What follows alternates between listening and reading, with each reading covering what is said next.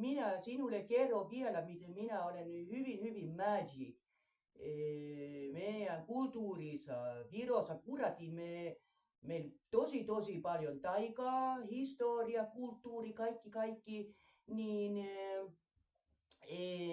semmonen, jos sinä rupeat minun kanssa olemaan, sinusta tulee minun nainen, niin sinun pitää erityisesti tietää tästä tempusta ja sen magic-tempun nimi on katoamistemppu.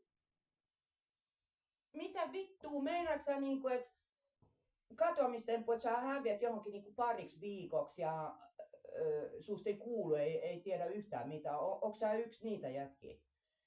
Ei, hyvä tyttö. Se kuuluu, katoamistemppu kuuluu Kurati meidän historiaan, meidän kulttuuriin. Ja jos sinä rupeat minun kanssa olemaan, sinä tulet oppia tosi paljon meidän kulttuurista. Katoamistemppu kuuluu siihen.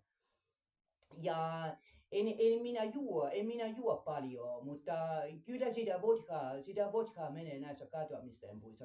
Kyllä.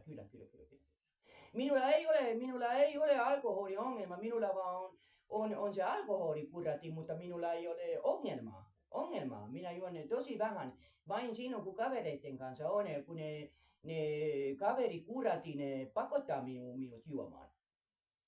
Miten voi joku niinku pakottaa toista ihmistä? Selitä se mulle, että eihän kukaan voi niinku pakottaa sua juomaan.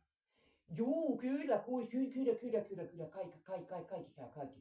Kaikki käy. Sinä tulet oppii. Ei vittu, tuolta tulee toi kyllä faggot. Mä lähden. Mä en nyt jaksa. Tää aivan liikaa mun nähdä. Mitä? Mihin sinä lähit? Missä sä olet? Sinä vaan katosit johonkin.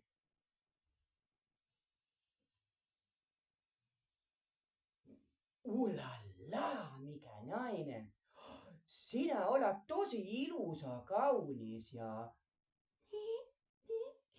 Ui, jos minä olisin 20 vuotta nuorempi, niin minä heti tekisin jotakin, mitä nyt tekisi mieli tehdä, mutta sinä olet tosi ilusa. Sinä olet ensimmäinen nainen, minkä minä näen täällä Suomessa, kun minä astun laivaa putkasta ulos.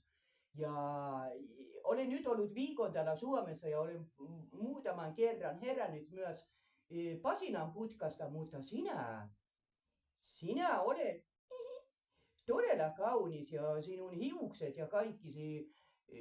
Sinä kyllä muistutat minun papukaijaa. Se nimi oli Arturi, vaikka se oli kyllä nainen se papukaija, mutta oletko sinä joku taiteilija tai rockimuusikko tai joku, kun sinä näytät niin semmoiselta hyvin semmoiselta ilusalta naiselta, mitä oikein voisi niinku tässä voi Kurati, minä en uskalla sanoa mitä minä mietin tällä hetkellä.